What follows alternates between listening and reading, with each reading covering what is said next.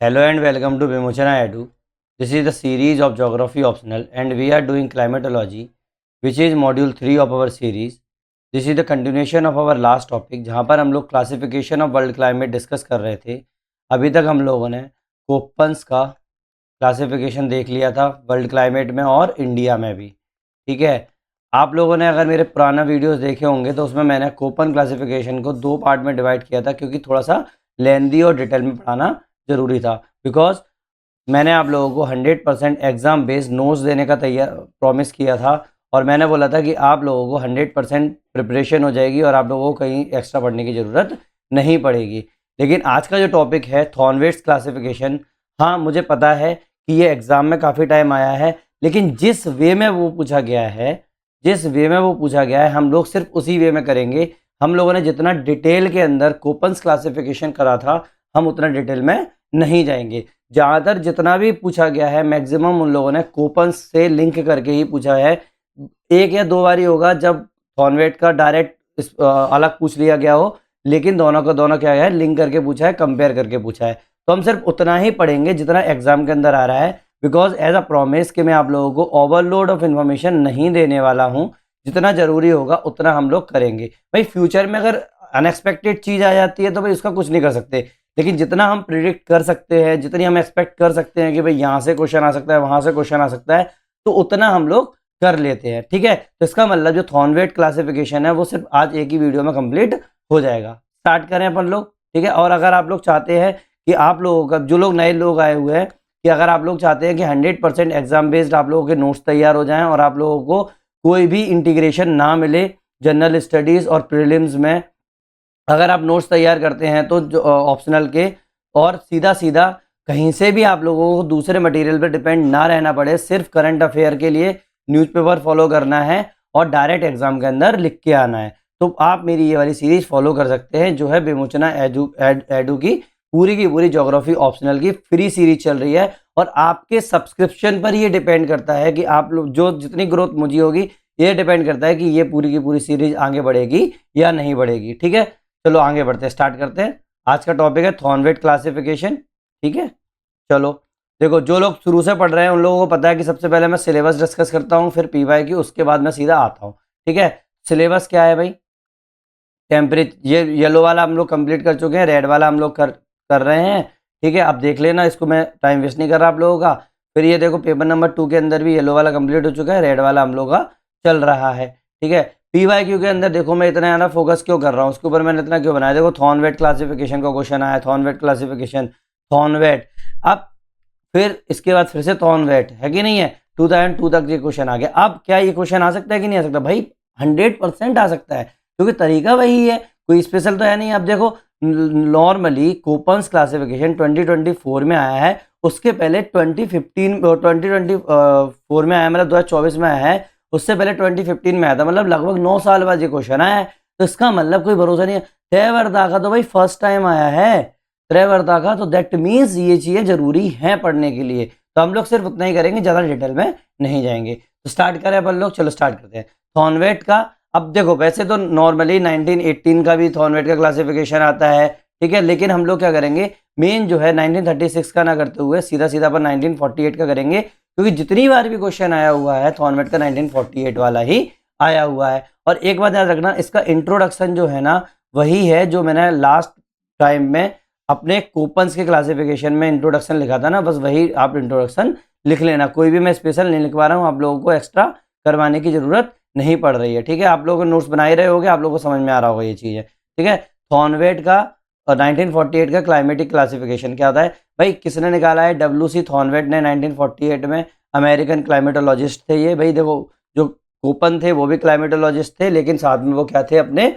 Botanist थे। ठीक है, उनने क्या करी थी, वेजिटेशन के ऊपर डिपेंड कर रहा था। ये सीधा सीधा क्लाइमेटोलॉजिस्ट हैं, इनने डेवलप किया था rational climate classification based on hydrological balance. याद रखना, जो लोग पहली बार आए हैं और जो सोच रहे हैं कि सिर्फ यही वीडियो देख के उनको समझ में आ जाएगा, तो I am sorry for them कि भाई आप लोगों को स्टार्ट से तो पढ़ना ही पड़ेगा ना।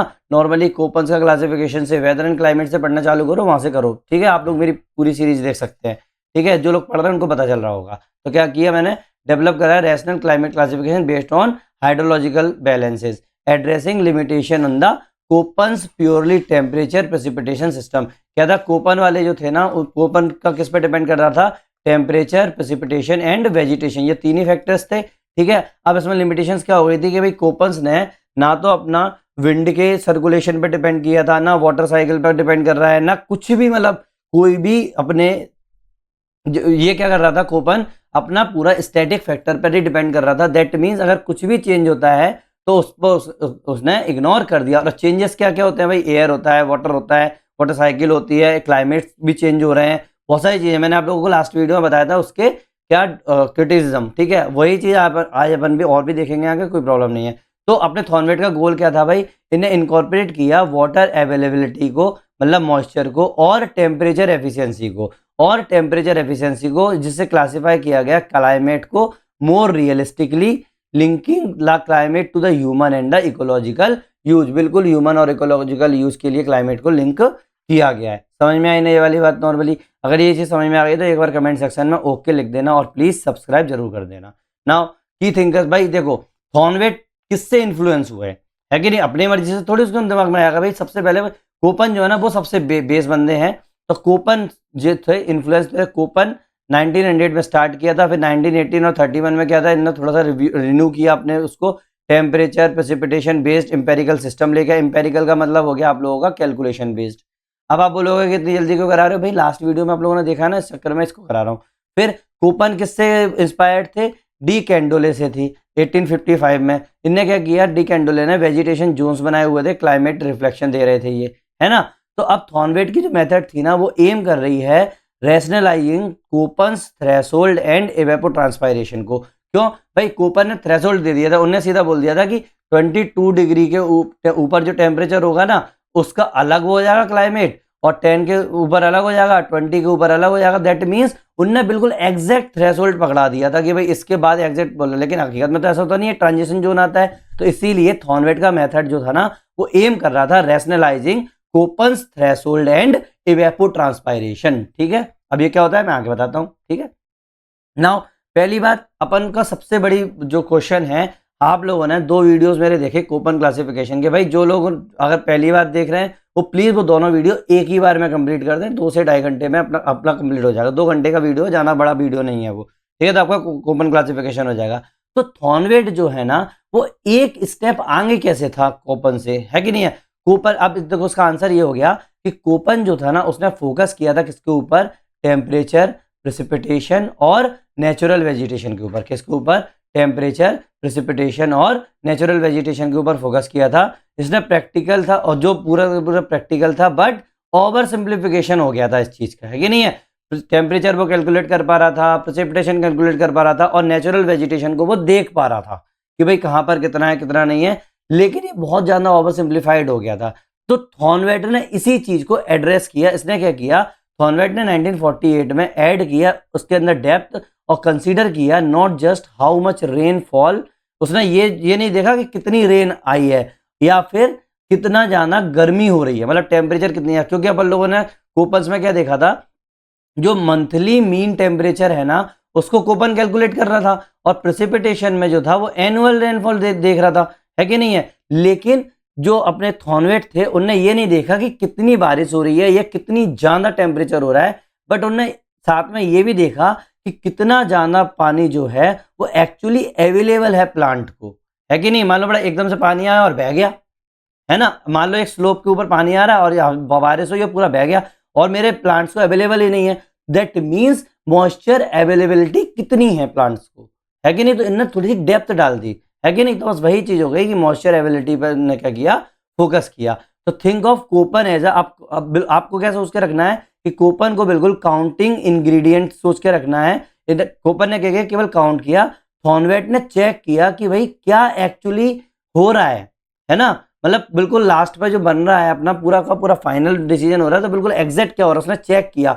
थॉर्नवेट ने देख लिया कि बारिश हो रही है, बहुत ज्यादा बारिश हो रही है, लेकिन बहुत ज्यादा बारिश होने के बावजूद भी अगर उसको नहीं मिलेगा तो क्या मतलब है कि नहीं है। तो ये चीज समझो आप लोग। पहली बात तो ये चीज, क्वेश्चन का आंसर समझ में आ गया आप लोगों को। क्या उसने बियॉन्ड किया, उसका थोड़ा सा उसने क्या किया, डेप्थ दे दी उसको। उसने ये देखा कि भाई कितना बारिश आ रही है या कितना गर्मी या कितनी सर्दी हो रही है, उसकी बजाय उसने ये देखा एक्चुअली प्लांट को कितना अवेलेबल है कि नहीं है नॉर्मली।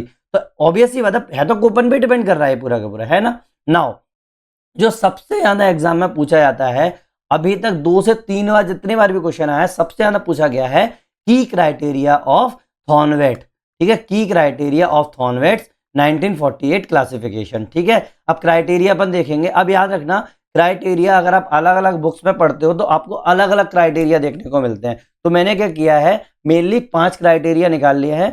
आप लोग वो 5 ही दिमाग में रखो, क्यों आपको 10-10 जगह घूम के आना है, क्योंकि आप जितनी जगह घूमोगे उतना ज्यादा आप लोगों को प्रॉब्लम होने वाली है, ठीक है, समझ में आने वाली बात। तो पहला क्राइटेरिया हो गया पोटेंशियल इवेपोट्रांसपायरेशन। क्या हो गया, पोटेंशियल इवेपोट्रांसपायरेशन। नाम से समझ में आ रहा होगा, पोटेंशियल मतलब मैक्सिमम कितना ज्यादा होगा, इवेपो मतलब हो गया इवेपोरेशन, और ट्रांसपायरेशन का मतलब हो गया आपके जो आपके जितने भी प्लांट्स है ना, प्लांट्स से जितना भी आपका डायरेक्ट जो वाटर है एयर के अंदर आ रहा है उसको बोलते हैं ट्रांसपायरेशन। तो अगर मैंने सॉइल का या अपना किसका ट्री का या फिर अपने पूरे लैंड का या कहीं से भी पानी जो है, जितना भी पानी आप लोगों का एटमॉस्फेयर के अंदर जा रहा है, मैक्सिमम कितना जा सकता है, उसको अपन लोग क्या बोल रहे हैं, पोटेंशियल इवेपोट्रांसपायरेशन। तो डेफिनेशन क्या होगी इसकी, देखो मैंने आप लोगों को वाटर साइकिल में ये सब चीजें बता दी थी, लेकिन फिर भी आप लोगों को बता रहा हूं।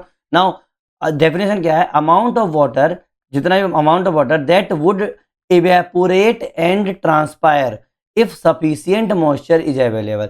मतलब बिल्कुल कितना जो है आपका वाटर है वो एवेपोरेट हो पाएगा या ट्रांसपायर हो पाएगा। ट्रांसपायर का मतलब है आपके ट्री से डायरेक्ट एयर के अंदर ट्रांसपायरेशन होना, ठीक है, बिल्कुल कितना है, ठीक है। और जब आपका सफिशिएंट मॉइस्चर अवेलेबल हो तब मैक्सिमम कितना एवेपोरेशन होगा, एवेपोट्रांसपायरेशन होगा, उसको अपन लोग क्या बोलेंगे, पोटेंशियल एवेपोट्रांसपायरेशन। याद रखना ये चीज, ये इतना इंपॉर्टेंट क्यों भाई पोटेंशियल एवेपोट्रांसपायरेशन। भाई देखो याद रखना, कहीं पे आपको ये पीईटी के रूप में मिल जाएगा लिखा हुआ, या फिर ओनली पीई के रूप में मिल जाएगा, तो बात वही है। आप ये मत समझना कि अरे सर पीईटी क्या होता है, पीई क्या होता है, तो कई लोग पीईटी लिख देते हैं, कई लोग पीई लिख देते हैं, समझ में आने वाली बात। वेट, आई एम सॉरी, मेरा लैपटॉप थोड़ा सा ओल्ड होने के कारण थोड़ा सा हैंग हो जाता है। चलो कहाँ थे हम लोग, हाँ पीईटी। ये इतना इंपॉर्टेंट क्यों है पीईटी, ये लिंक करता है climate to how much water plant can actually use. मतलब ये पीईटी क्या होता है, पोटेंशियल इवेपोट्रांसपायरेशन क्या होता है, लिंक करता है क्लाइमेट को किससे, कि कितना वाटर जो है वो प्लांट में एक्चुअली यूज हो रहा है। जैसे किस चीज प्लांट में यूज किस लिए होता है भाई, energy plus water, not just rainfall. केवल पानी बारिश का ही नहीं, कोई सा भी कैसा भी पानी कैसा यूज हो रहा है उसको ये यूज कर पाता है, बता पाता है, ठीक है। सिग्निफिकेंस देखो, जो अपना पोटेंशियल इवेपोट्रांसपायरेशन है ना, वो सर्व करता है as a measure of the atmospheric demand for water, crucial for understanding moisture availability and plant growth potential. मतलब क्या बता रहा है आप लोगों का, ये बिल्कुल आप लोगों को दिखा रहा है कि मेजरमेंट दिखा रहा है एटमॉस्फेयर की डिमांड कितनी है वाटर की उस इलाके में, क्रूशियल कितना है अंडरस्टैंड करने में मॉइस्चर को, मॉइस्चर अवेलेबिलिटी को, और प्लांट ग्रोथ के पोटेंशियल को, है कि नहीं, समझ में आने वाली बात नॉर्मली आ गई ना। नाउ अब देखो मैंने आप लोगों को वाटर साइकिल में वैसे भी बता ही दिया था फॉर्मूला, अगर आप फॉर्मूला लिख के आते हो तो आप लोगों को ऑब्वियस ही बात है प्लस 0.5 मार्क्स आराम से मिल जाते हैं, ठीक है। तो आप ऑब्वियस इतना टफ भी फॉर्मूला नहीं है भाई। कैलकुलेशन कैसे करोगे, based on mean monthly temperature and day length using the Thornthwaite formula से अपन लोग कर सकते हैं। पोटेंशियल इवेपोट्रांसपायरेशन इक्वल टू, या फिर पोटेंशियल इवेपोरेशन इक्वल टू क्या था, मैंने बताया था आप लोगों को जब मैंने उस टाइम पे बताया था वाटर साइकिल के टाइम पे, 1.6 into 10 T upon I to the power a को अपन अल्फा भी लिख देते हैं, कहीं कोई प्रॉब्लम नहीं है, आप चाहो तो अल्फा भी लिख देना, है कि नहीं है नॉर्मली, ठीक है। अपन इसको इतना ज़्यादा टफ ना करते हुए ए लिख दो या अल्फा लिख दो, मैं तो हमेशा अल्फा लिखता हूँ, तो आप अल्फा यूज करना। टी का मतलब क्या था, 3, टी का मतलब था मीन मंथली टेम्परेचर कितना डिग्री सेल्सियस में।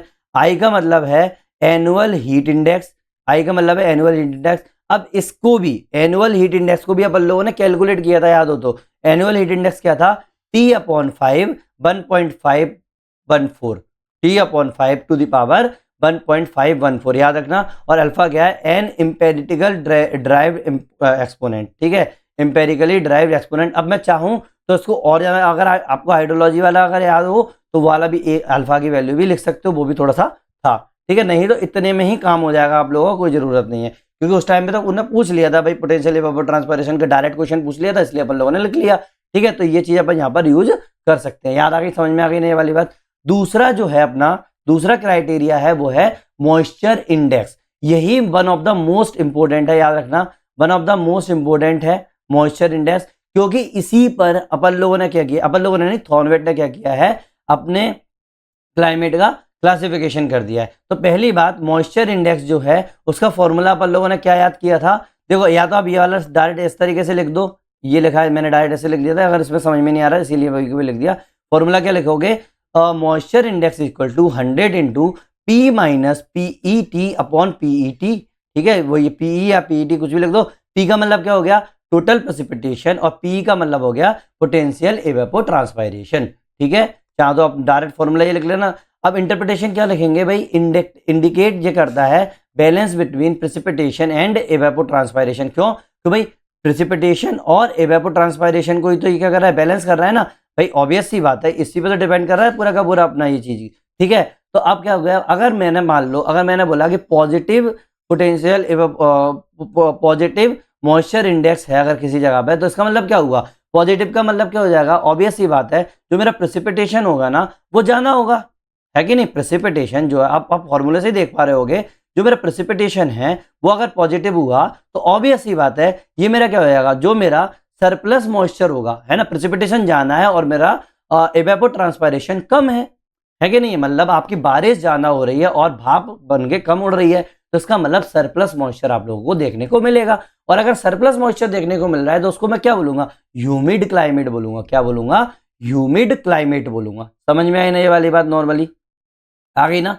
अगर ये चीज समझ में आ गई तो प्लीज एक बार कमेंट सेक्शन में ओके लिख देना टाइम स्टैम्प के साथ। ठीक है, नाउ अगर मैंने बोला नेगेटिव मॉइस्चर इंडेक्स, तो इसका मतलब क्या हुआ, ये नेगेटिव हो जाएगा, इसका मतलब मेरा पोटेंशियल इवेपोट्रांसपायरेशन ज्यादा होगा और जो मेरा प्रेसिपिटेशन होगा वो मेरा कम होगा। दैट मीन्स अगर मैंने बोला पॉजिटिव की बात करूं तो आप लोग अपने उसके अंदर क्या लिख सकते हो, P is greater than PET notes के अंदर, और इसमें लिख सकते हो P is less than PET।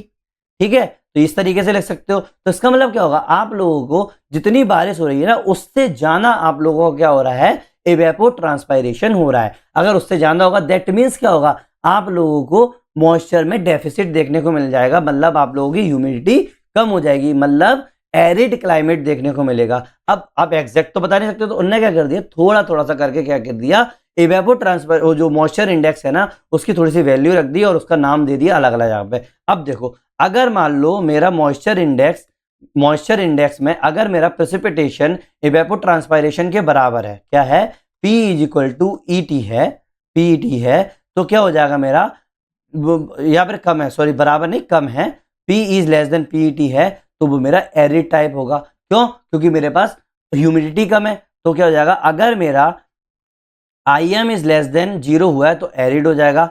अगर मेरा 40 तक है, 0 से लेके अगर 40 तक आता है तो उसको मैं सेमी एरिड बोलूंगा। 40 से 80 तक रहता है तो सब ह्यूमिड बोलूंगा, अभी ह्यूमिड नहीं हुआ, सब ह्यूमिड हुआ। और 80 से 100 हुआ तो ह्यूमिड बोलूंगा, और 100 से ऊपर हुआ तो पर ह्यूमिड बोलूंगा। क्या बोलूंगा, पर ह्यूमिड बोलूंगा, मतलब अच्छा खासी बारिश होगी, सरप्लस होगी, या फिर मैं सीधा सीधा रेन फॉरेस्ट वाला इलाका है ना वो इस चीज में आ सकता है। समझ में आने वाली बात, नॉर्मली आई ना।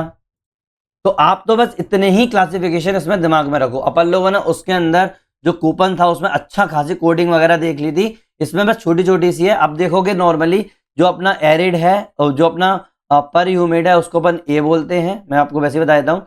पर ह्यूमिड को ए कोड दिया गया है, ह्यूमिड को बी, सब ह्यूमिड को C1, सेमी अब सब ह्यूमिड में भी दो आते हैं, ह्यूमिड में भी दो आते हैं, एक ड्राई और एक जो सब ह्यूमिड हो गया C।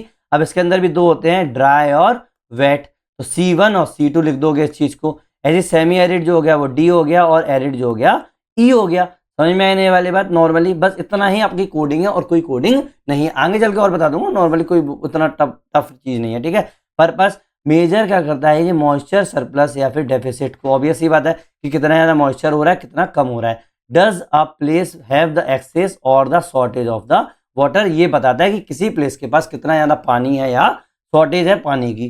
समझ में आने वाली बात, नॉर्मली बस इतना ही बहुत है आप लोगों को। और आप लोगों को और अच्छी तरीके से रखना है तो अब देखो मॉइस्चर इंडेक्स हो गया, तो मॉइस्चर इंडेक्स के अंदर ह्यूमिडिटी इंडेक्स भी आप देख सकते हो। ह्यूमिडिटी मतलब कितनी ज्यादा ह्यूमिडिटी आ रही है, तो आप चाहो तो डायरेक्ट फॉर्मूला भी लिख के आ सकते हो। ह्यूमिडिटी इंडेक्स में दो, अब देखो ह्यूमिडिटी इंडेक्स और एरिडिटी इंडेक्स, मतलब कितनी ज्यादा ह्यूमिडिटी होगी और कितनी ज्यादा एरिडिटी हो सकती है। अब आपको पता है ह्यूमिडिटी कब होगी, जब प्रेसिपिटेशन पोटेंशियल इवेपोट्रांसपायरेशन से क्या होगा, ज्यादा होगा, है ना, तो इसका मतलब सरप्लस होगा। तो इसकी अगर फॉर्मूला लिखूंगा तो मैं क्या लिख सकता हूं, आई एच इक्वल टू, क्योंकि एच का मतलब हो गया ह्यूमिडिटी इंडेक्स, है ना, humidity index equal to 100 S upon PE. तो एस क्या है यहाँ पर, वाटर सरप्लस है ना, वाटर सरप्लस है, और पी मतलब पोटेंशियल इवेपोट्रांसपायरेशन। अब तो पीईटी लिखो सबसे अच्छा, बार बार की जरूरत नहीं है। एरिडिटी इंडेक्स क्या होगा, एरिडिटी इंडेक्स को क्या बोले थे अपन लोग, आई ए बोलेंगे। तो इसका मतलब मेरा प्रेसिपिटेशन जो होगा मेरा पोटेंशियल इवेपोट्रांसपायरेशन से कम होगा, दैट मीन्स मेरी जो वाटर की जो वो है वो डेफिसिट हो जाएगी, है कि नहीं है। तो इसका मतलब डी का, अब जो डेफिसिट है तो इसका मतलब मैं क्या करूंगा, 100 इंटू डी अपॉन पोटेंशियल इवेपोट्रांसपायरेशन, तो वाटर डेफिसिट हो गया डी का मतलब, है कि नहीं है। तो आप आराम से ये भी लिख के आ सकते हो एग्जाम के अंदर, अगर आप लोगों को एग्जैक्ट अगर थॉर्नवेट के ऊपर पूछ लिया गया है, या फिर कभी भी उस तरीके से पूछ लें, ह्यूमिडिटी इंडेक्स पूछ लें या आईएम पूछ लें, है कि नहीं है। तो सिग्निफिकेंस क्या है भाई, quantifies the degree of the wetness और the dryness involve the beyond the quantitative approaches. बिल्कुल क्वांटिटेटिव अप्रोच से ऊपर अटके हो गया ना। क्वांटिटेटिव अप्रोचेस किसके थे, अपने कूपन्स के थे। समझ में आए ना ये वाली बात। नॉर्मली अगर ये चीज समझ में आ गई तो एक बार सब्सक्राइब जरूर कर देना, ठीक है। अब देखो वर्ल्ड के अंदर, वैसे तो मैं ये नहीं देने वाला था आप लोगों को ये वाला डायग्राम, मैंने अब कॉपी पेस्ट कर दिया उससे डायरेक्ट इंटरनेट से, तो आप चाहो तो बना लेना, नॉर्मली कुछ नहीं है। देखो इनने क्या किया है, पूरा का पूरा किस पे डिपेंड किया है, वाटर के ऊपर डिपेंड किया है, मतलब मॉइस्चर इंडेक्स पर इन लोगों ने क्या किया है, बनाया है। अब देखो ये वाला इलाका, देखो ये थोड़ा सा ये जगह है, ये दिख रहा है आप लोगों को, ये दिख रहा है आप लोगों को, ये क्या है, ये पर ह्यूमिड इलाका है। क्या है, पर ह्यूमिड इलाका है, दिख रहा है आप लोगों को। फिर ऐसे ही ये, अब देखो ये B3 B1 B2 B3, ये दिख रहा है 1 2 3 4। अब इसमें देखो अगर मैंने इस तरीके से अगर एग्जाम के अंदर करने बैठ गया तो अलग अलग दिक्कत हो जाएगी। तो अपन ने क्या कर दिया, ह्यूमिड को सिर्फ एक ही उसमें पार्ट में डिवाइड कर दिया, बी। तो बी कैटेगरी हो गया मेरा ह्यूमिड। तब देखो चार इसने दिखा हुआ, तो जो जहां भी आप लोगों को ये कलर दिखाई देंगे, ग्रीन वाले और ब्लू वाले, तो आप लोग क्या होंगे, ह्यूमिड इलाके होंगे। क्या होंगे, ह्यूमिड इलाके। ये हो गया ह्यूमिड, ठीक है। फिर ये हो गया। अब ऑब्वियस सी बात है, आप सीधा लैटिट्यूड पर डिपेंड करके देखो, लैटिट्यूड पर डिपेंड करके देखो कि भाई किस तरीके से आप लोगों को मॉइस्चर देखने को मिल रहा है। ऑब्वियस सी बात है। अब देखो ये आप लोगों का क्या है, इक्वेटर है, ठीक है। इक्वेटर के आसपास क्या होगा, आप लोगों का वाटर अवेलेबिलिटी बहुत ज्यादा होगी। तो ऑब्वियस सी बात है, जो मेरा अमेजन रेन फॉरेस्ट है, ये अमेजन के जंगल है ना यहाँ पर, तो रेन फॉरेस्ट है, तो यहाँ पर क्या होगा, पर ह्यूमिड होगा, मतलब बहुत ज्यादा बारिश हो सकती है, यहाँ पर बहुत ज्यादा बारिश होगी। तो ऑब्वियस सी बात है, ये अमेजन का इलाका हो गया। फिर ह्यूमिड इलाके भी यहीं पे मिलेंगे आप लोगों को देखने को। ये देखो वेस्टर्न साइड वाला इलाका है, क्यों, अब यहाँ पे थोड़े से अपना ये देखो, ये वाला ये इंडिया के अंदर देखो, यहाँ पर ये ग्रीन दिख रहा है, दैट मीन्स इस साइड अपना अच्छा खासा ह्यूमिड इलाका है, लेकिन इस साइड आप लोगों का सब ह्यूमिड इलाका देखने को मिल जाता है, या फिर सेमी एरिड भी देखने को मिल जाता है। क्यों, क्योंकि ये वाला ऑरेंज कलर देखो, क्यों, मैंने आप लोगों को बताया था कि जो आप लोगों का जो वेस्टर्न घाट है ना, वो आप लोगों को क्या कर रहा है, एक बैरियर की तरह वर्क कर रहा है कि नहीं है। तो जितने भी देखो, अब ये वाला इलाका देखो, ये वाला ये क्या है, 30 डिग्री पे पड़ा हुआ है, इसका मतलब यहाँ पर वाटर अवेलेबिलिटी कम होगी, तो इसका मतलब ये एरिड इलाका हो गया। तो इस तरीके से आप बनाकर आ सकते हो। आप एग्जाम, आपका होमवर्क है, आप अपनी नोट्स के अंदर इसको सिंपलेस्ट वे में बना के रखो, ठीक है। नोट्स के अंदर आपको सिंपलेस्ट वे में बनाना है इस चीज को, इससे कॉपी पेस्ट नहीं करना है, ठीक है। नॉर्मली आप कुछ मत करो, ये जो है ना अपन ने इसमें क्या किया है, ए बी सी डी और ई, बस ये 5 ही रखना, ये इतना ज्यादा जाने की जरूरत नहीं है। चाहो तो लैटिट्यूड बेस पे कर देना, चाहे वैसे कर देना, नॉर्मली समझ में आई नहीं वाली बात। वैसे एग्जाम में अगर पूछा भी जाता है तो सीधा सीधा अपना इंडिया से पूछा जाता है, ठीक है। चालू करें, थर्ड है अपना, अभी 2 क्राइटेरिया हुए अपने। थर्ड क्राइटेरिया है एक्चुअल प्रेसिपिटेशन। भाई एक्चुअल प्रेसिपिटेशन कितना होता है, ठीक है भाई। आप लोगों ने देख लिया, देखो the total amount of rainfall received in a specific area over a given period. एक टाइम में कितना जो प्रेसिपिटेशन है एक एरिया में पड़ रहा है, उसको क्या बोलते हैं, एक्चुअल प्रेसिपिटेशन बोलते हैं। भाई मेजरमेंट के साथ typically obtained from the meteorological station and represent the water supply available to meet the atmospheric demand. बिल्कुल, water supply available to meet the atmospheric demand पर ये क्या करता है, पूरा रिप्रेजेंट करता है। समझ में आना, तीसरा क्राइटेरिया। फोर्थ क्राइटेरिया है थर्मल एफिशिएंसी। थर्मल एफिशिएंसी हो गया फोर्थ क्राइटेरिया। अब इसी के अंदर मैं थर्मल एफिशिएंसी बोल सकता हूँ, थर्मल एफिशिएंसी इंडेक्स बोल सकता हूँ, है कि नहीं है। अब उसमें भी मतलब थोड़े थोड़े से नाम दे दिए हैं, ठीक है। अब देखो थर्मल एफिशिएंसी क्या है, ये रिप्रेजेंट करता है द ओवरऑल वार्म मतलब कितना ज़्यादा गर्म हो रहा है, measure during the heat received over the year, पूरी साल में कितनी गर्मी रिसीव हो रही है हमारे यहाँ पे, वो उसको ये मेजर ये रिप्रेजेंट करता है। Summer concentration of the thermal efficiency क्या है, summer concentration of the thermal efficiency, यही क्राइटेरिया, इसी के अंदर अगर मैं सब डिवीजन करूँ तो summer concentration of the thermal efficiency क्या हो जाएगा, ये बिल्कुल look at the seasonality of the warmth helpful for distinguished between the continental and the marine climate, बिल्कुल ये बताता है आप लोगों का कि कॉन्टिनेंटल और मरीन क्लाइमेट में कितना होता है। आई ना समझ में ये वाली बात, आ गई ना?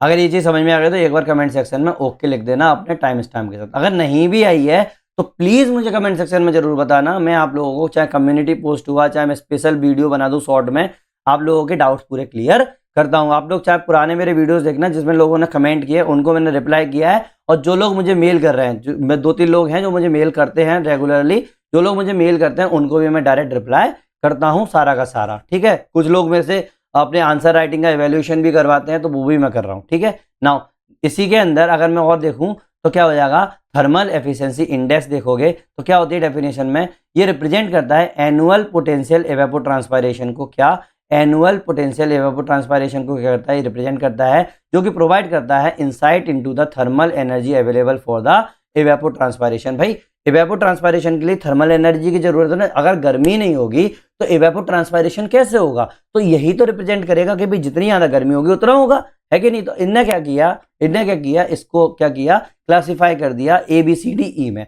अब ए को क्या बोल दिया इनने, मेगा थर्मल बोल दिया, फिर बी को बोल दिया मीजोथर्मल, सी को बोल दिया माइक्रोथर्मल, डी को बोल दिया टुंड्रा, ई को बोल दिया परपेचुअल आइस। अब देखो, अब याद रखना ये क्या किया है, मैंने यहाँ पर डायग्राम नहीं बनाया था, आप लोग अपने नोट्स में बना लेना। ये 0 है, ये 30 है, ये 60 है, ये 90 है, याद रखना, ठीक है। तो 1 2 3 4 और एक इसमें आई थिंक 45 भी होता है, ठीक है। एक टुंड्रा है, सॉरी एक टुंड्रा भी है ना, तो इस इलाके में हो जाएगा, ये लगभग 70 के आसपास, ठीक है, ये वाला इलाका हो गया। तो ये इतने सारे हो गए। तो अब ये वाला जो हो गया मेगा कहाँ हो जाएगा, अपना यहाँ पर इक्वेटर पर, फिर मीज़ो हो जाएगा अपना 30 के आसपास बीच में, फिर अपना माइक्रो हो जाएगा ये 30 और 60 के आसपास, फिर जो हो जाएगा अपना टुंड्रा हो जाएगा ये 60 के ऊपर, फिर परपेचुअल आइस कहाँ देखने को मिलेगी आपको 90 के आसपास। समझ में आने ये वाली बात नॉर्मली। तो यहाँ पर मेरा पोटेंशियल एवेपोट्रांस, अब एक बात बताओ, मेरा जो मेगा थर्मल इलाका है मतलब इक्वेटर वाला इलाका है, वहाँ पर पोटेंशियल एवेपोट्रांसपायरेशन कम होगा या ज़्यादा होगा, एक बार सोचो। तो पोटेंशियल एवेपोट्रांसपायरेशन ऑब्वियस ही बात है, मेरे इक्वेटर के ऊपर अगर सन ओवरहेड कर रहा है दैट मीन्स मेरा टेम्परेचर ज़्यादा रहेगा, तो इसका मतलब पोटेंशियल एवेपोट्रांसपायरेशन ज़्यादा रहेगा। इनने क्या कर दिया है, बिल्कुल एक्चुअल वैल्यूज में रख दिया है। तो भाई जो लोग रट सकते हैं वो लोग रट लो, जो लोग नहीं रट सकते उसकी ज़रूरत नहीं है इस चीज़ को करने की, लेकिन अपने नोट्स में तो रख ही लेना कि क्या पता वहाँ पर याद आ जाए आप लोगों को, है कि नहीं है। तो PET 1140 mm से ऊपर होना चाहिए, तो इनने क्या कर दिया, इसे एक लिमिट डाल दिया, ठीक है। तो आप चाहो तो ये लिख लेना पॉज करके, मेरे को ये बार बार बोलने की ज़रूरत नहीं पड़ेगी, बस याद रखना 1140 mm से लेकर 285 mm तक रहता है। जैसे अपने इंडिया में आपको याद है ना 250 mm से ऊपर बारिश, तो इससे भी कम बारिश होती है अपनी राजस्थान के इलाके में, तो बस वही तरीका बना दिया है एग्जैक्ट, ठीक है। समझ में आने वाली बात। तो मेगा थर्मल, मीजोथर्मल, माइक्रोथर्मल, टुंड्रा और परपेचुअल आइस, ठीक है। आगे नहीं इसी समझ में, चलो आगे बढ़ते हैं। अब देखो, अगर मैं बोलूँ तो फ्लेक्सिबल कोडिंग की अगर मैं बात करूँ तो क्या किया, अगर मैंने सीधा बोल दिया कि ABCDE है, तो और इसके अंदर और भी ज़्यादा कोडिंग है, तो इसका मतलब आप लोगों को एग्जाम में बतानी पड़ेगी कि भाई ये तो है ही, ये तो है ही, कुछ इस तरीके से और भी कोडिंग दे देते हैं, और भी कोडिंग चलती है इसके अंदर, पूरा रटने की जरूरत नहीं है, बस उसको अपन को एग्जामिनर को ये बताना है कि भाई ये कोडिंग भी होती जाती है। तो फ्लेक्सिबल कोडिंग जो यूज करी जाती है अपनी सीरीज ऑफ लेटर कोड में, जैसे B3 S2 A-B-4 एटसेट्रा।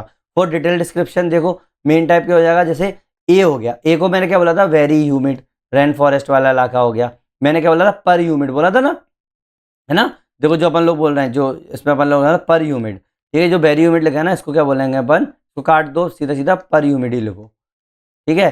फिर बी को क्या बोले थे, ह्यूमिड जिसमें फॉरेस्ट देखने को मिलते हैं, सी सब ह्यूमिड, डी सेमी एरिड और ई एरिड। तो न्यूमोनिक अगर देखा जाएंगे तो बिल्कुल सोचो कि वेरी ह्यूमिड, ह्यूमिड, सब ह्यूमिड, सेमी एरिड, एरिड, इस तरीके से घटता चला जाता है। मतलब ऊपर सबसे ज़्यादा अपना क्या हो जाएगा, वाटर अवेलेबिलिटी एकदम P सबसे ज़्यादा होगा और PET जो होगी वो कम होगी, फिर ऐसे ऐसे ही कम होता चला जाएगा और ये मेरा पी कम हो जाएगा और पीईटी इंक्रीज हो जाएगी, है कि नहीं नॉर्मली। तो इस तरीके की कोडिंग हो जाती है। तो मतलब उसको ये बताना कि भाई हमें पता है किस तरीके की कोडिंग होती है, बट इतना रटने की जरूरत नहीं है जितना अपन लोगों ने कोपन में रटा, ठीक है।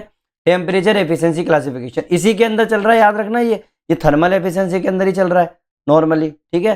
टेम्परेचर एफिशिएंसी का क्लासिफिकेशन करेंगे तो थॉर्नवेट ने इंट्रोड्यूस किया था थर्मल एफिशिएंसी को इंट्रोड्यूस किया, जिसमें अकाउंट किया for heat available for the evapotranspiration. Thermal efficiency से क्या हुआ, heat available for the evapotranspiration देखा। Climate classes by the temperature efficiency क्या किया ना, माइक्रो, मीजो और मेगा। अब देखो ये वाली चीज चाहो तो प्लीज अपने नोट्स में ना लिखें, ठीक है। ये मैं सिर्फ आप लोगों को समझाने के लिए बता रहा हूं नॉर्मली, क्यों, क्योंकि देखो मैंने आप लोगों को यहाँ पे पहले ही बता दिया क्यों अपन बार बार ये चीजें करें। Mega thermal, meso thermal, micro thermal, tundra, perpetual, ये ठीक है। अगर आप लोगों को लिखना है ना तो नॉर्मली आप सिर्फ क्या लिखोगे, टेम्परेचर लिखोगे। क्या लिखोगे, टेम्परेचर लिखोगे। देखो माइक्रो जो होता है 14 से कम ज्यादा टेम्परेचर होता है, ठीक है, 14 से कम टेम्परेचर होता है। फिर मीजो जो होता है आप लोगों का 14 से 22 होता है, और मेगा जो होता है 22 से ऊपर टेम्परेचर होता है। तो आप लोग उसमें क्या करोगे, उसी के अंदर अपने टेम्परेचर को इंक्रीज कर दोगे। चाहो तो ये लिखना है तो लिख दो, अगर कम आता है तो कम लिखना, भाई आपकी मर्जी है। मैंने क्या बोला, एग्जाम के लिए अपन लोग कर रहे हैं, मैंने आप लोगों को दोनों तरीके बता दिए। अगर 15 नंबर में आता है तो ये करना, ये वाला, और अगर आप लोगों का 10 नंबर में आता है तो ये वाला कर देना, कोई प्रॉब्लम नहीं। लेकिन बट उसमें ना आप लोगों की डिटेल दिखाई देती है, और इसमें आप लोगों का क्या दिखाई देता है, टेम्परेचर दिखाई देता है। तो आप लोग सीधा लिख देना टेम्परेचर। ये हेल्प करता है, अब देखो ये हेल्प करता है कंबाइन करने में मॉइस्चर और टेम्परेचर को, जो कि प्रैक्टिकल, एग्रीकल्चरल और इकोलॉजिकल प्लानिंग में हेल्प करता है। समझ में आई ना ये वाली बात, नॉर्मली आ गई ना। नाउ अगर मैं एग्जाम्पल दूं, तो अगर किसी ने पूछा आपको, मान लो पूछा B3S2A-B-4 का मतलब क्या हो गया, तो B3 का मतलब हो गया ह्यूमिड। मैंने आप लोगों को बताया था ना, B1 2 3 4 ये दिखाई दे आप लोगों को मैंने। फिर C1 C2 ये भी उसके हो गए थे। तो B3 का मतलब हो गया ह्यूमिड, S2 का मतलब हो गया मॉडरेट समर वाटर डेफिसिट। मैंने क्या बताया था आप लोगों को, जब कूपन्स के अंदर मैं बता रहा था अगर स्मॉल एस आ जाए तो इसका मतलब क्या हो जाएगा कि आप लोगों की ड्राई समर होगी, है कि नहीं, ड्राई समर होगी। तो वही चीज यही है इसके अंदर भी, देखो बिल्कुल ड्राई समर हो रही है। समर वाटर डेफिसिट का मतलब ड्राई समर है ना, तो S2 का मतलब हो गया मॉडरेट हो गया। तो इस तरीके से ने कोडिंग दे दी है, बस इतना ही करने की जरूरत है, अपन को और ज्यादा डिटेल में नहीं पढ़ना है। ए का मतलब, ए का मतलब मैंने क्या बताया था आपको, मेगा थर्मल, मतलब बहुत हॉट था, है ना। कूपन्स का याद आ रहा है ना आप लोगों को। बी डैश का मतलब क्या हो गया, high summer concentration of the warm. ए याद है आपको, स्मॉल ए और स्मॉल बी, तो वही चीज हो गया। तो स्मॉल ए क्या था आप लोगों का, बहुत ज्यादा हॉट था, और जो स्मॉल बी था वो आप लोगों का वार्म था, है कि नहीं है। आगे नहीं ये चीज समझ में। नाउ यूज अ फ्लो, अब आप फ्लो चार्ट बना सकते हो आराम से। पीईटी होगा तो मॉइस्चर इंडेक्स होगा, मॉइस्चर इंडेक्स होगा तो थर्मल इंडेक्स देखने को मिलेगा, थर्मल इंडेक्स से सीजनल कंसंट्रेशन पता चलेगा, सीजनल कंसंट्रेशन से आप लोगों के क्लाइमेट टाइप कोड बन जाएंगे। तो आप एग्जाम के अंदर ये बनाकर आ सकते हो, ठीक है। मैंने आप लोगों को बोला है कि 100% एग्जाम बेस्ड बनाऊंगा आप लोगों को। नेक्स्ट है, लास्ट जो है नॉर्मली, देखो मैंने इसके बारे में पहले भी बता ही दिया था, इसके बारे में पहले भी बता चुका हूँ, seasonal concentration of the thermal efficiency. देखो ये रहा, ये क्योंकि आप बोलोगे कि दो बार क्यों करा रहे हो, thermal concentration of the thermal efficiency है ना, तो बस यही चीज़ है आप लोगों को। अगला जो क्राइटेरिया अगर आपको एक्स्ट्रा लिख के आना है तो आप लिख के आ सकते हो। क्या लिख के आ सकते हो, wait, seasonal concentration of the thermal efficiency. तो डेफिनेशन क्या है, ये मेजर करता है distribution of the thermal efficiency throughout the year, indicating the concentration of the thermal energy during the specific season के लिए ये क्या करता है, बिल्कुल क्या करता है, concentration of the thermal energy को क्या करता है, इंडिकेट करता है। कैलकुलेट कैसे करोगे कि भाई पूरा का पूरा पोटेंशियल इवेपोट्रांसपायरेशन को जोड़ लो, और for the 3 hottest consecutive month, मतलब 3 मंथ जो सबसे ज्यादा हॉट वाला कंजिक्यूटिव मंथ है ना, उसमें आप लोग देख लो कि पोटेंशियल इवेपोट्रांसपायरेशन कितना आ रहा है, उसको डिवाइड कर दो एनुअल पोटेंशियल इवेपोट्रांसपायरेशन से। क्या, एनुअल पोटेंशियल इवेपोट्रांसपायरेशन से। तो याद रखना SCTE equals to sum of PET, ठीक है। अगर यहाँ पे लिखना है तो 3 हॉटेस्ट मंथ, ठीक है, divided by annual PET into 100, ठीक है। ये आपका वो फॉर्मूला हो गया, वही वाली बात है।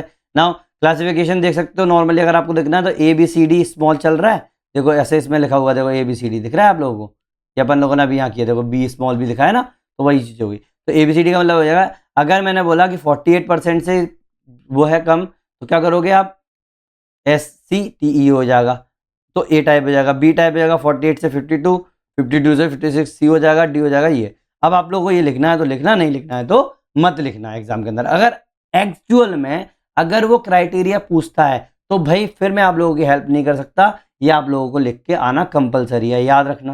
मैं पहले ही बोल देता हूँ, जिस तरीके से क्वेश्चन पूछेगा आपको उस तरीके से हैंडल करना है कि अगर डायरेक्ट उन्हें क्राइटेरिया पूछ रहा है तो आप लोग ये लिख के जरूर आना, ठीक है। नेक्स्ट, अब देखो कोपन के कौन से ड्रॉबैक्स थे जिसकी वजह से थॉर्नवेट ने इसको इंप्रूवमेंट दिया, ये क्वेश्चन भी काफी आया था। तो देखो मैंने लिमिटेशंस काफी बताई थी लास्ट कोपन वाले में।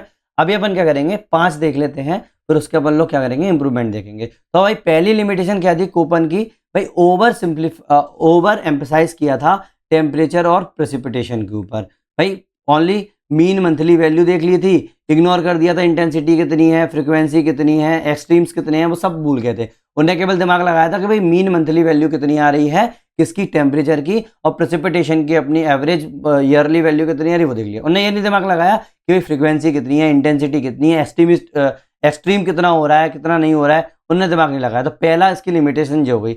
दूसरी लिमिटेशन थी, इन्हें इग्नोर कर दिया था वाटर बैलेंस को। क्या, क्योंकि इन्हें कंसिडर नहीं किया था लॉस ऑफ वाटर बाया एवेपोरेशन या ट्रांसपायरेशन। मतलब ना तो इन्हें ये बोल दिया कि भाई टेम्परेचर इंक्रीज हो रहा है, डिक्रीज हो रहा है, इतना टेम्परेचर रहता है, प्रेसिपिटेशन इतना होता है, लेकिन इसके बाद कितना एवेपोरेट हो गया, ट्रांसपायरेशन कितना हो गया। ट्रांसपायरेशन और एवेपोरेशन में मैंने अंदर पहले ही बता दिया है आप लोगों को। क्या, एवेपोरेशन मतलब डायरेक्ट जाना, ट्रांसपायरेशन का मतलब आपके वाटर ट्रीज के थ्रू जाना, ठीक है। Third is static vegetation, climate link बोल सकते हैं इसको। स्टैटिक वेजिटेशन मतलब relies the heavily on relies heavily on the vegetation. क्यों, ये पहले से ही मैंने आप लोगों को बताया था, जो कोपन जो थे वो क्लाइमेटोलॉजिस्ट और क्या थे आप लोगों के, सीधे वेजिटेशन पे रिसर्च करने वाले थे, ठीक है, याद है ना आप लोगों को। तो वो ही होगी, तो vegetation which can impacted by the non climate factor. अब ऑब्वियसली पूरी तरीके से बहुत ज़्यादा हैवीली डिपेंडेंट थे किस पर, वेजिटेशन पे। अब वेजिटेशन आप लोगों को पता है कि नॉन क्लाइमेटिक फैक्टर पे भी डिपेंड करता है। नाउ निगलेक्ट द सीजनलिटी या इफेक्टिव मॉइस्चर, इन्हें निगलेक्ट कर दिया सीजनलिटी या इफेक्टिव मॉइस्चर को। कोई डायरेक्ट फोकस नहीं किया water available during the growth season के ऊपर।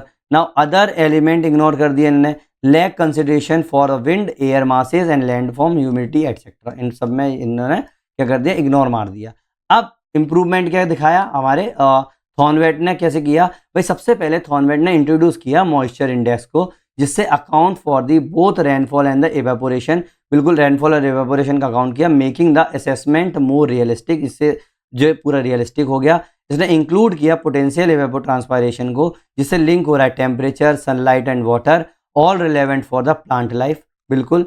नाउ सीजनलिटी जो है वो कंसीडर की, when the warm moisture is available. क्या किया, उन्होंने देखा कि भाई जब वार्म मतलब थोड़ा सा टेम्परेचर या मॉइस्चर जब अवेलेबल हो ना, तो भी उन्होंने कंसीडर किया। केवल इनने एनुअल टोटल नहीं देखा, इनने क्या देखा, सब कुछ देखा। नाउ फ्लेक्सिबिलिटी क्या देखी इनने, बिल्कुल ओवर 30 क्लाइमेटिक टाइप लगाए इनने, उनसे कितने थे, 11 थे, इनके 30 के ऊपर थे। वाइड कवरेज था डाइवर्स वर्ल्ड क्लाइमेट का, मतलब उनके 11 दिए थे, इनने 30 दिए थे। मैंने उस टाइम पे नहीं बताया था, लेकिन धीरे धीरे आपको पता चलता होगा, ठीक है। 30 क्लाइमेट टाइप इनने दे दिए थे थॉर्नवेट ने, समझ में नहीं ये वाली बात नॉर्मली। नाउ अब आप चाहो तो क्या करोगे, इसका एक पूरा का पूरा टेबल में लिख सकते हो अपने उसके अंदर, नोट्स के अंदर। क्या किया, लिमिटेशंस कोपन की और थॉर्नवेट ने अप्रोच किया, और कीवर्ड क्या लिख सकते हो भाई, प्योरली इंपेरिकल था कोपन, इग्नोर किया वाटर डिमांड को। इनने क्या, थॉर्नवेट ने IM को यूज़ किया, पी इंडेक्सेस को इंक्लूड किया, वाटर बैलेंस को, मतलब हाइड्रोलॉजिकल रैशनल दिया। इग्नोर किया ड्राई या वेट सीजन को, और थॉर्नवेट ने किया monthly water surplus deficit incorporate किया, तो मतलब मंथली मॉइस्चर इंडेक्स दिया। फिर कोपन ने आर्बिट्री टेम्परेचर थ्रेशोल्ड के बारे में बात की, ठीक है।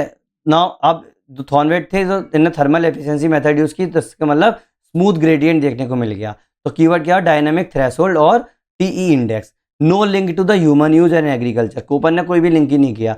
अब जो थॉर्नवेट थे उन्होंने लिंक किया वाटर बैलेंस को क्रॉप सूटेबिलिटी, जैसे अब वाटर बैलेंस जैसे लिंक हुआ तो क्रॉप सूटेबिलिटी के बारे में और जाना आइडिया हुआ। एग्रीकल्चरल एप्लीकेशंस इग्नोर किया किन्ना कोपन ने एवेपो ट्रांसपायरेशन को, और थॉर्नवेट ने तो एक्सप्लिसिट कैलकुलेशन की है वाटर फ्लक्स की, ठीक है। एनर्जी वाटर लिंक मैंने बताया ना, अभी आप लोगों ने देखा था कि कितने फॉर्मूला देख लिया था आप लोगों ने। Now critical evolution of the Thornthwaite system. अगर एग्जाम के अंदर आ जाता है मेरिट डिमेरिट्स वगैरह तो देख लो, अभी तक पूछा नहीं गया लेकिन फिर भी मेरिट्स देख लो, साइंटिफिक है, क्वांटिटेटिव है और हाइड्रोलॉजिकल बेसिक है। इंटीग्रेट करता है वो टेम्परेचर एंड प्रेसिपिटेशन को, एप्लीकेबल है एग्रीकल्चर प्लानिंग में, वाटर रिसोर्स स्टडीज में, अलाउ करता है रीजनल डिफरेंशिएशन को। लिमिटेशंस क्या हो गई आप लोगों की, कॉम्प्लेक्स कैलकुलेशन है। पहली बात तो आप लोगों ने अभी देखा पीईटी में जब देखा तो सबसे पहले मेरा जब पीईटी का फॉर्मूला लिखा फिर मेरे को ए का भी फॉर्मूला देखना पड़ा, है कि नहीं है, ए का फॉर्मूला देखना पड़ा, फिर मेरे को टी का भी फॉर्मूला देखना पड़ा, है कि नहीं है, ये वाला टी का भी फॉर्मूला देखना पड़ा। तो ऑब्वियस सी बात है थोड़ी सी कॉम्प्लेक्स कैलकुलेशन देखने को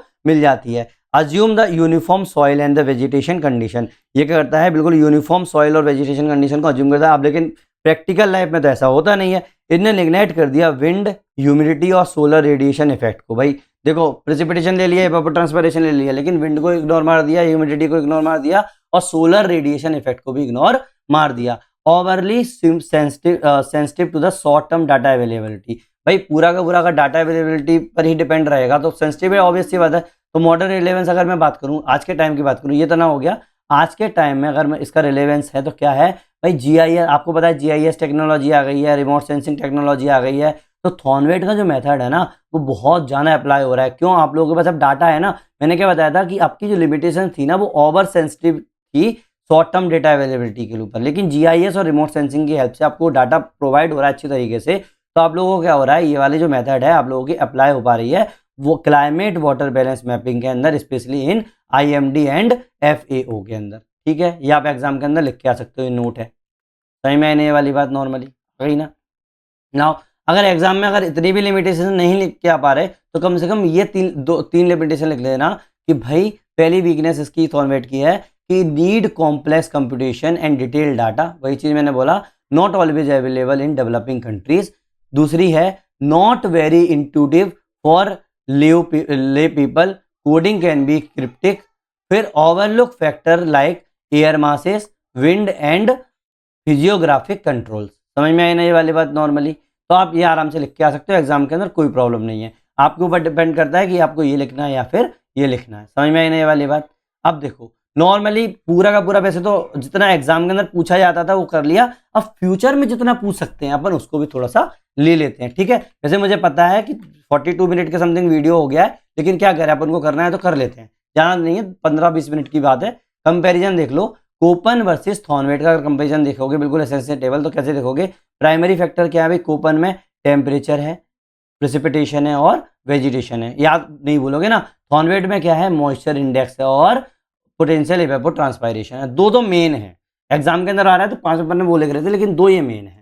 कोर कंसेप्ट की अगर बात करोगे तो कोपन में वेजिटेशन रिस्पॉन्स है, लेकिन थॉर्नवेट के अंदर वाटर या एनर्जी बैलेंस पे बात होती है। अब कोपन के अंदर क्या डाटा की नीड है भाई, क्योंकि बेसिक टेम्परेचर और रेनफॉल का डाटा लेता है, लेकिन थॉर्नवेट जो है थोड़ा सा डिटेल में जाता है, इसलिए डिटेल्ड टेम्परेचर या सनलाइट की जरूरत पड़ती है। कोपन के टाइप्स कितने हैं भाई, देखो 11 तो मेन टाइप है कोपन के, ठीक है 11 तो मेन टाइप है, उसके बाद 30 जो है ना 30 के आसपास टोटल टाइप, ठीक है 30 के, लेकिन थॉर्नवेट में 32 प्लस के ऊपर आप लोगों के क्या हो गए, आप लोगों के क्लासिफिकेशन हो गया। तो याद रखना कि इतने भी नहीं है, ठीक है, कॉम्प्लेक्स भी नहीं है वो भी नहीं है। एप्लीकेशन अगर देखोगे तो मैपिंग में यूज हो जाता है कोपन का और बायो जियोग्राफी में यूज हो जाता है। क्यों, क्योंकि वेजिटेशन के ऊपर डिपेंड करता है। थॉर्नवेट जो है पूरा का पूरा हमारा हाइड्रोलॉजी है, तो हाइड्रोलॉजी पर भी हेल्प करता है और एग्रीकल्चर के ऊपर भी ये हेल्प करता है या फिर यूज हो जाता है, एप्लीकेबल। सीजनलिटी की अगर मैं बात करूं तो भाई इनडायरेक्ट है, भाई कोई वेजिटेशन देख रहे हो ना, वेजिटेशन पे डिपेंड करता है तो इनडायरेक्ट है, लेकिन थॉर्नवेट में डायरेक्टली मेजर किया जा सकता है। क्रिटिसिज्म क्या है भाई, इन्हें इवेपोरेशन को इग्नोर कर दिया और इसमें क्या किया है, इसमें और बहुत ज़्यादा कॉम्प्लेक्स डाटा की जरूरत पड़ती है। अब आप तो टेक्नोलॉजी जैसे बढ़ती है रही है उसको कोई बात नहीं है ना। कोपन की देखोगे, कोपन अगर मैं सीधा ट्रिक में अगर बात करूँ, ट्रिक में अगर आपको याद रखनी है कैसे रखोगे, कोपन एक सिंपल है, वेजिटेशन फोकस्ड है, गुड फॉर ब्रॉड रीजन। बहुत ज़्यादा अगर ब्रॉड रीजन है तो आप देख रहे हो ना, आप लोग मैंने आपको कोपन का दिखाया था मैप, तो उसमें कितने आसानी से देख पा रहे थे, लेकिन इसमें देखो बिल्कुल माइक्रो वाली चीज़ हो गई है। इसमें भी देखो पहले कोपन के अंदर ये था तो इतने में हो जाता था, लेकिन इसमें ये चीज़ हो गई, फिर इसके आसपास भी हो गई, फिर इसके आसपास हो गई, तो ये चीज़ें तो है ना, ऑब्वियस ही बात है। तो इसका मतलब ये थोड़ा सा ब्रॉड दिखा देता है, लेकिन थॉर्नवेट जो है ना वो डिटेल्ड है, वाटर एनर्जी बैलेंस पर डिपेंड करता है और मॉडर्न स्टडीज़ में ये यूज़ हो जाता है। समझ में आए ना कंपेरिजन, आ गई ना। अगर ये चीज़ समझ में आ गई तो एक बार कमेंट सेक्शन में ओके लिख देना, टाइम स्टैम्प के साथ, और एक बार सब्सक्राइब जरूर कर देना।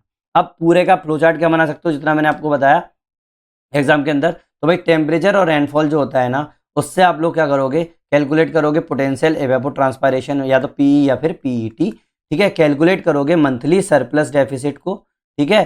फिर क्या होगा, मंथली सरप्लस या डेफिसिट को क्या करोगे, कैलकुलेट करोगे। फिर कंप्यूट करोगे क्या, अपना आईएम को। फिर असाइन करोगे क्लाइमेट क्लास को, कौन सी वाले क्लाइमेट जा रहा है। फिर मैप करोगे वाटर एफिशिएंसी को, link to the vegetation and agriculture. आ गया समझ में ये चीज, फ्लो चार्ट, ठीक है। नाउ केस स्टडीज देख लो कि मैंने आप लोगों को बताया था ना, पर यूमिड, यूमिड, सब यूमिड, सेमी एरिड और एरिड, कहाँ पर एग्जांपल देखोगे आप लोग। किसी ने पूछ लिया कहाँ है ये, ठीक है। ये क्या था, ए बी सी डी और ई, ये टाइप है ना आप लोगों के। तो ए टाइप का कहाँ मिलेगा आप लोगों को, अमेजन और कॉन्गो, और इंडिया के अंदर वेस्टर्न घाट और अंडमान निकोबार। तो यहाँ पर क्या मिलता है आप लोगों को, डेंस फॉरेस्ट, रेन फॉरेस्ट देखने को मिलते हैं, टिम्बर देखने को मिलता है, स्पाइस देखने को मिलते हैं। ह्यूमिड इलाका कहाँ पर देखने को मिलेगा, नॉर्थ यूरोप में देखने को मिलेगा, साउथ ईस्ट यूएसए में देखने को मिलेगा। तो Gangetic plain Kerala, mix crop देखने को मिलती है, राइस कल्टीवेशन देखने को मिलता है। सब ह्यूमिड नॉर्थ चाइना में देखने को मिलता है। एग्जाम्पल है ये। इंडिया के अंदर कहाँ पर, अपना सेंट्रल इंडिया और महाराष्ट्र में सीजनल एग्रीकल्चर होता है और इरिगेशन होता है। सेमी एरिड में साहेल रीजन और सेंट्रल एशिया की बात हो रही है। राजस्थान प्लेटू अपना इंडिया के अंदर हो गया। ड्रॉट रेजिस्टेंट क्रॉप देखने को मिलेगी, क्यों, क्योंकि आप लोगों के जो बारिश होगी वो कम हो रही है ना यहाँ पे, जहाँ पूरी तरीके से जीरो नहीं है अब, क्योंकि अभी डेजर्ट नहीं बना ना, और ग्रेजिंग देखने को मिलेगा। एरिड में आप लोगों को सहारा और लद्दाख देखने को मिलेगा, और इंडिया के अंदर थार डेजर्ट और लद्दाख तो इलाका है ही है। तो पेस्टोरलिज्म और मिनिमल क्रॉप्स देखने को यहाँ पर मिलती है। तो ये आप लोगों को अपने केस में रखना है, एग्जाम्पल में रखना है, केस स्टडीज में रखना है, यूज करके आना है वहां पर, ठीक है। समझ में आने वाली बात। त्रेवर्धा का रिफाइनमेंट, अब देखो त्रेवर्धा मैं आप लोगों को नेक्स्ट वीडियो में बताने ही वाला हूँ, नॉर्मली ज़्यादा बड़ा नहीं होगा क्योंकि आ चुका है, इसलिए बस मोटा मोटा ये समझ लो कि ग्लेन थॉमस त्रेवर्धा ने मॉडिफाई किया था कोपन और थॉर्नवेट का जो क्लासिफिकेशन है, इन्हें सिंप्लीफाई किया था टेम्परेट जोन को more realistic middle attitude climatic depict में, क्या बिल्कुल मोर रियलिस्टिक कर दिया इनने, और बिल्कुल एम्फेसाइज किया लेटिट्यूडनल वेजिटेशन बेल्ट में, ठीक है। अब देखो वेजिटेशन में उतना किया, लेकिन इन्हें क्या किया, पूरा का पूरा वेजिटेशन बेल्ट के ऊपर डाल दिया। इन्हें फोकस किया 3 से 4 महीने जो वार्म पीरियड होता है ना, फॉर बेटर एग्रीकल्चरल प्लानिंग के ऊपर। किसने, त्रेवर्धा ने।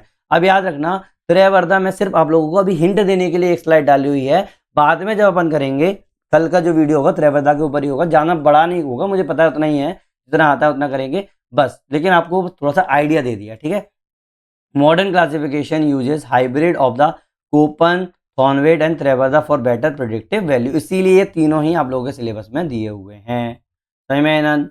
अब देखो मैंने क्या किया है, आप लोगों को यहाँ पर होमवर्क लिखा हुआ है, ठीक है। आप लोगों को ये काम करना है, प्लीज आप लोग जो भी बना रहे हैं, जो सीरियस स्टूडेंट्स हैं वो तो कर ही रहे होंगे, आई होप दैट। देखो पहली बात, आप लोग फ्लो चार्ट क्या करोगे, वाटर बैलेंस का, टेम्परेचर प्रेसिपिटेशन हो गया, फिर PE, IM, climate class, vegetation, human use, इसका तो अपना बन गया फ्लो चार्ट, जी मैंने बना ही दिया है।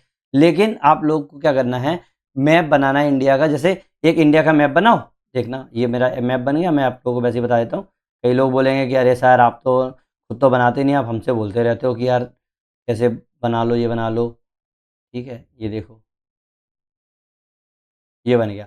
अब देखो वेस्टर्न घाट वाला इलाका है ना, वो क्या है आप लोगों का पर ह्यूमिड इलाका है, यहाँ क्या लिखोगे आप, पर ह्यूमिड मतलब ए टाइप, ठीक है। सेंट्रल इंडिया का इलाका है वो सब ह्यूमिड है, ये वाला इलाका हो गया आप लोगों का सब ह्यूमिड, ठीक है। राजस्थान का इलाका हो गया सेमी एरिड या एरिड रीजन, तो ये वाला इलाका जो हो गया आप लोगों का क्या हो जाएगा, सेमी एरिड या एरिड रीजन हो जाएगा, मतलब या तो या मेरा हो जाएगा डी और या ई, है कि नहीं है नॉर्मली। तो इस तरीके से आप लोग बना लेना अपने उसमें नोट्स के अंदर। वर्ल्ड के अंदर अमेजन बना देना, इधर अमेजन इधर है ना, एक मिनट, ये इधर का इलाका हो गया, जो वर्ल्ड मैप बनाना पूरा का पूरा, उसके अंदर अमेजन में दिखा देना पर ह्यूमिड हो गया, सहारा में दिखा देना एरिड हो गया, और नॉर्थ यूरोप में दिखा देना ह्यूमिड हो गया। याद रखना अपने हाथों से बनाना है सब कुछ, कुछ भी नहीं रखना है आप लोगों को प्रिंटेड। मैं इसीलिए आप लोगों को नोट्स नहीं दे रहा हूँ, क्योंकि आप लोग नोट्स बनाओगे और आप लोगों को दिक्कत हो जाएगी, ठीक है।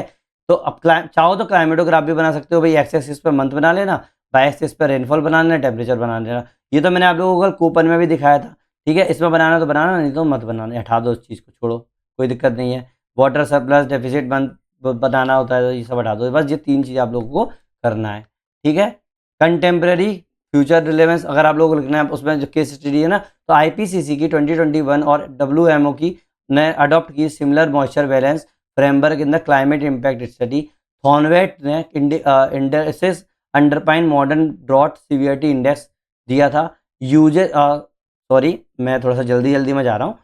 थॉर्नवेट की जो इंडाइसिस थी ना, इनने अंडरपाइन किया था मॉडर्न ड्रॉट सीवियरिटी इंडेक्स। क्या? Modern drought severity index. ये पाल्मर ने 1965 के अंदर लेके आया था और थॉर्नवेट के इंडेक्सेस की हेल्प भी ली थी। ठीक है, ये इंडिया में भी यूज होता है एग्रो क्लाइमेटिक जोनिंग के अंदर। जब भी प्लानिंग कमीशन जो है ना 1988 में इंडिया में यूज किया, सोचो है कि नहीं, जो अपने थॉर्नवेट थे, थॉर्नवेट जो है कितने इंपॉर्टेंट हो गए कि कहाँ कहाँ पर इसको यूज कर रहे हैं। तो ये चीज़ आप लोगों की इंपॉर्टेंट है, ये चीज़ आप लोगों को मेंशन करके आनी है अपने एग्जाम के अंदर। समझ में आई ना? अब evaluation of the Thornthwaite climate classification. क्या? Evaluation of the Thornthwaite climate classification. क्या क्या देखा आप लोगों ने? Temperature is only modifying factor for the calculating potential evapotranspiration, not a deciding factor. मैंने आप लोगों को क्रिटिसिज्म बताए थे ना, बस वही चीज़ है। अब इसमें भी और ज़्यादा इसको अगर इवेल्युएट करें तो अपन लोगों ने देखा कि भाई टेम्परेचर, केवल अकेला टेम्परेचर ही है जो आप लोगों को मॉडिफाइंग फैक्टर बताया जा रहा है कैलकुलेट, किसको? पीईटी के कैलकुलेशन में कोई भी डिसाइडिंग फैक्टर नहीं बताया गया है कोपन क्लाइमेटिक क्लासिफिकेशन में। ये तो नेगेटिव पॉइंट हो गया ना। मॉइस्चर इंडेक्स जो है, मॉइस्चर इंडेक्स और पोटेंशियल इवेपोट्रांसपिरेशन फर्दर क्लासिफाई होते हैं 9 मेजर ह्यूमिड जोन में। अब देख रहे हो, ये भी 9 फर्दर मेजर ह्यूमिड जोन में हो रहे हैं। देख रहे हो, ह्यूमिड जोन भी हो गए। Now if we combine 4 indexes, अगर अपन लोगों ने 4 इंडेक्सेस को कंबाइन भी कर दिया, that are precipitation, effectiveness, temperature efficiency, potential evapotranspiration, मतलब प्रेसिपिटेशन इफेक्टिवनेस, सॉरी मैं धीरे बोला था। ठीक है, 4 इंडेक्सेस कौन से थे? Precipitation effectiveness, temperature effectiveness, potential evapotranspiration और moisture index. Then there will be more than 600 micro climatic zone of the world. अब सोचो, 9 तो हमने मेजर ह्यूमिडिटी हो गए, तो अगर हम लोग इस तरीके से करते जाएंगे तो 600 के ऊपर माइक्रो क्लाइमेटिक जोन हो जाएंगे, है कि नहीं है? तो दैट मीन्स कितना कॉम्प्लेक्स हो सकता है ये नॉर्मली, है कि नहीं है? Now it is much complex than the Koppen climate classification and makes unsuitability in the study. तो मतलब ये अपन ने देखा कोपन कितना थोड़ा सा अपन को लग रहा था कॉम्प्लेक्स था, लेकिन ये तो उससे भी कॉम्प्लेक्स हो गया, क्योंकि अपन ने 32 देखे थे, फिर ये 600 माइक्रो क्लाइमेट और हो रहे हैं 600 के ऊपर। तो इसका मतलब बहुत ज़्यादा, तो इसका मतलब स्टडी में बहुत ज़्यादा सूटेबल नहीं हो पाता। समझ में आई ना ये वाली बात? नॉर्मली आ गई ना? ठीक है, ठीक है। अब देखो ये वाला जो है थॉर्नवेट क्लाइमेट क्लासिफिकेशन वाटर बैलेंस वाला, इंडिया के ऊपर जो फोकस करेंगे ना, ये मैं आप लोगों को नेक्स्ट वीडियो में बताऊंगा, जब मैं आपको थॉर्नवेट त्रिवर्धा के बारे में बताऊंगा। आज जो है अपना 1 घंटे का वीडियो हो गया है, इसीलिए अपन लोग इतना ही करते हैं। ठीक है, होमवर्क देख लो आप लोगों का नॉर्मली। वैसे कितना बचा है, अपन कर सकते हैं क्या? वेट, नहीं अपन लोग कल ही करते हैं, ठीक है इसको। ठीक है, होमवर्क है आप लोगों का, ये आप लोगों को डायग्राम बनाने जो मैंने आप लोगों को अभी पीछे लेक्चर में बताए हुए हैं, और इनमें से कोई भी 2 क्वेश्चन आप लोगों को सॉल्व करने हैं। ठीक है, अगर नहीं बनते हैं तो आप मुझे मेल कर सकते हैं, लेकिन प्लीज़ चाहे कैसा भी हो, चाहे आपको आधा घंटा लग रहा हो, प्लीज़ ये क्वेश्चन का आंसर राइटिंग जरूर कर लेना, और जितना मैंने करा दिया उतने में से ये सॉल्व हो जाएगा, कुछ भी नहीं है। ठीक है, नेक्स्ट जो वीडियो होगा ना, आज का बचा हुआ थोड़ा सा देख लेंगे और अपना त्रिवर्धा का क्लासिफिकेशन और देख लेंगे। समझ में है ना? कोई भी ओवरलोड ऑफ इन्फॉर्मेशन देखने को नहीं मिलेगी मेरे लेक्चर्स के अंदर। ठीक है, अगर आप लोगों को लगता है कि 1% भी मैंने आप लोगों की हेल्प की है तो प्लीज़ लाइक करो, शेयर करो, सब्सक्राइब करो। ठीक है, आप लोगों के सब्सक्रिप्शन से ही, आप लोगों के सपोर्ट से ही ये वाली सीरीज़ है वो आगे बढ़ेगी, और अगर मेरी ये सीरीज़ में मुझे रिस्पॉन्स दिखता रहा तो आई प्रॉमिस यू कि मैं पूरी की पूरी सीरीज़ फ्री में यूट्यूब पे अवेलेबल करवाऊंगा। थैंक यू वेरी मच, मिलते हैं नेक्स्ट वीडियो में।